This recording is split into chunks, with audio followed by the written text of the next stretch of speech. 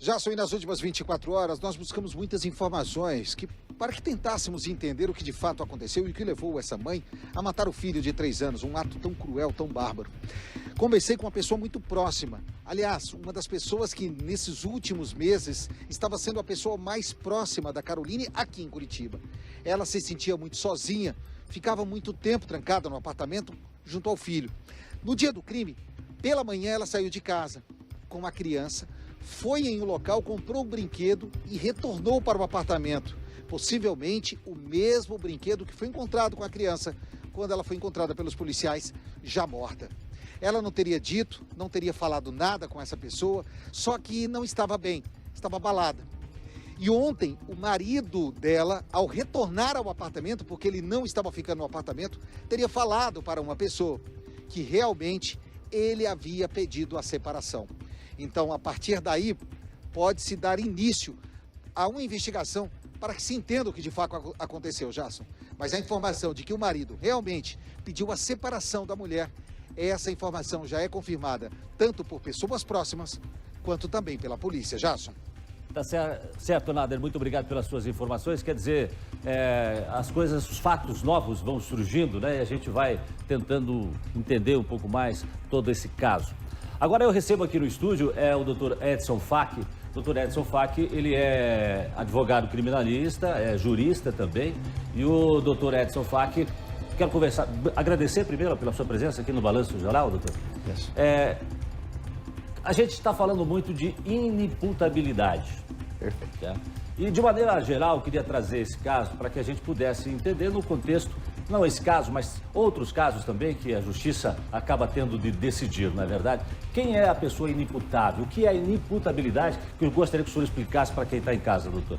Perfeito, Jasson, obrigado pela oportunidade.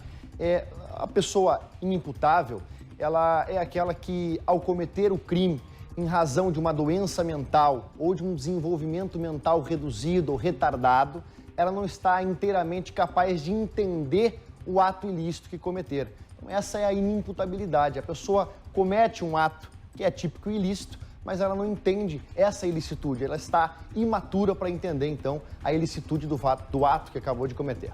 Quer dizer, perante a lei todos são iguais, mas existem as exceções e aí, no caso, as pessoas inimputáveis têm aí algumas condições que colocam essa pessoa como inimputável. E como é que a justiça chega ao ponto, por exemplo, de falar assim, essa pessoa é inimputável?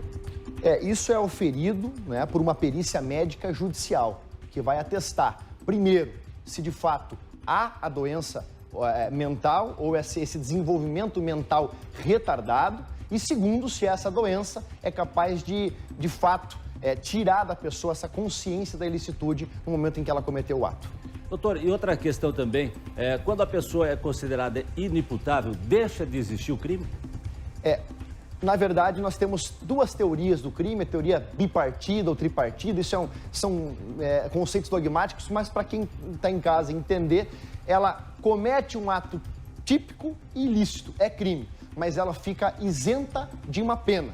A sanção penal, ela não existe. Existe sim o artigo 97 do Código Penal, quando a pessoa é inimputável, existe a determinação que o juiz faz dessa pessoa cumprir uma medida de segurança, que é uma internação por tempo indeterminado. Prazo mínimo é de 1 a 3 anos dessa internação. Dessa internação. Exato. E aí tem o seguinte caso também, doutor. Às vezes, em determinados casos, o senhor como jurista deve ter acompanhado, deve ter até algum exemplo para trazer para a gente aqui.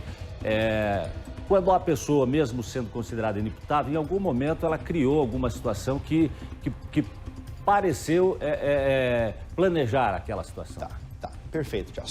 O que tem que deixar para o telespectador muito claro é que a aventada premeditação de qualquer crime, ela não é sinônimo de incompatibilidade com a inimputabilidade. Uma pessoa pode premeditar o ato e, mesmo assim, a premeditação também seja inconsciente, ela não tem consciência da ilicitude. Então, desde o início, desde os atos preparatórios, essa pessoa pode, em decorrência dessa doença mental, não saber inteiramente da ilicitude. Ou seja, a premeditação não é sinônimo de incompatibilidade com a inimputabilidade. E é bom lembrar, Jasson, que a premeditação sequer é causa que qualifique o crime. muitas vezes as pessoas confundem, premeditou, isso é causa que aumenta a pena. Não também, a não ser, claro, que nessa premeditação a pessoa tenha feito, enfim, o crime por meio cruel ou com um recurso que impossibilita a defesa da vítima ou outras causas que qualifiquem o crime. Ou seja, doutor, uma pessoa com algum desvio mental, psiquiátrico, ela pode em algum momento planejar aquela ação. Exato, não tem esse impeditivo de premeditação versus inimputabilidade. A pessoa pode sim ser inimputável e premeditar o ato, também em estado de inimputabilidade. E a justiça nesse ponto, aí ela chega à conclusão de que essa pessoa é inimputável, como, doutor? O que ela usa para fechar esse ciclo?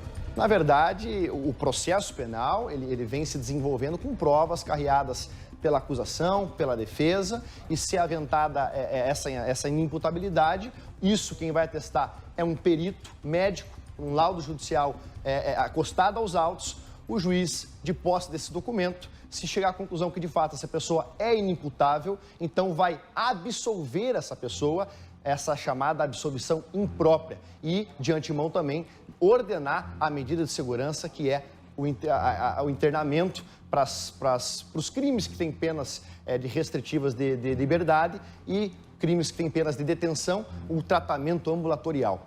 Existem casos, o senhor tem algum conhecimento de pessoas que já viveram um momento como esse de inimputabilidade e depois voltaram a ter uma vida considerada normal, doutor? É possível, é possível. Essa pergunta é até interessante, porque às vezes as pessoas acham que a pessoa alegando inimputabilidade como tese defensiva, ela vai ser eximida de uma pena. De fato, não há uma pena, não há uma sanção, mas há uma consequência penal que de fato é o internamento. Esse internamento, o código não prevê um prazo máximo, o mínimo. Vão ser feitos, então, laudos periódicos, exames periódicos, para saber se essa pessoa não representa mais periculosidade. Cessada a periculosidade, a lei, então, possibilita a esse agente a sua liberdade, a sua retirada do internamento. Tá certo, doutor Edson Facchi, a gente agradece por enquanto aqui a sua presença, a sua participação, né? E as suas informações, ajudando a gente a ilustrar um pouco mais os problemas que estão aí, que são do dia a dia, da vida, que acontece, acabam muitas vezes chocando a todos, né? E a gente tenta mais ou menos entender um pouquinho da cabeça do ser humano. Obrigado por enquanto, doutor Edson Facchi. Facchi, advogado criminalista, jurista, participando com a gente aqui no nosso Balanço Geral.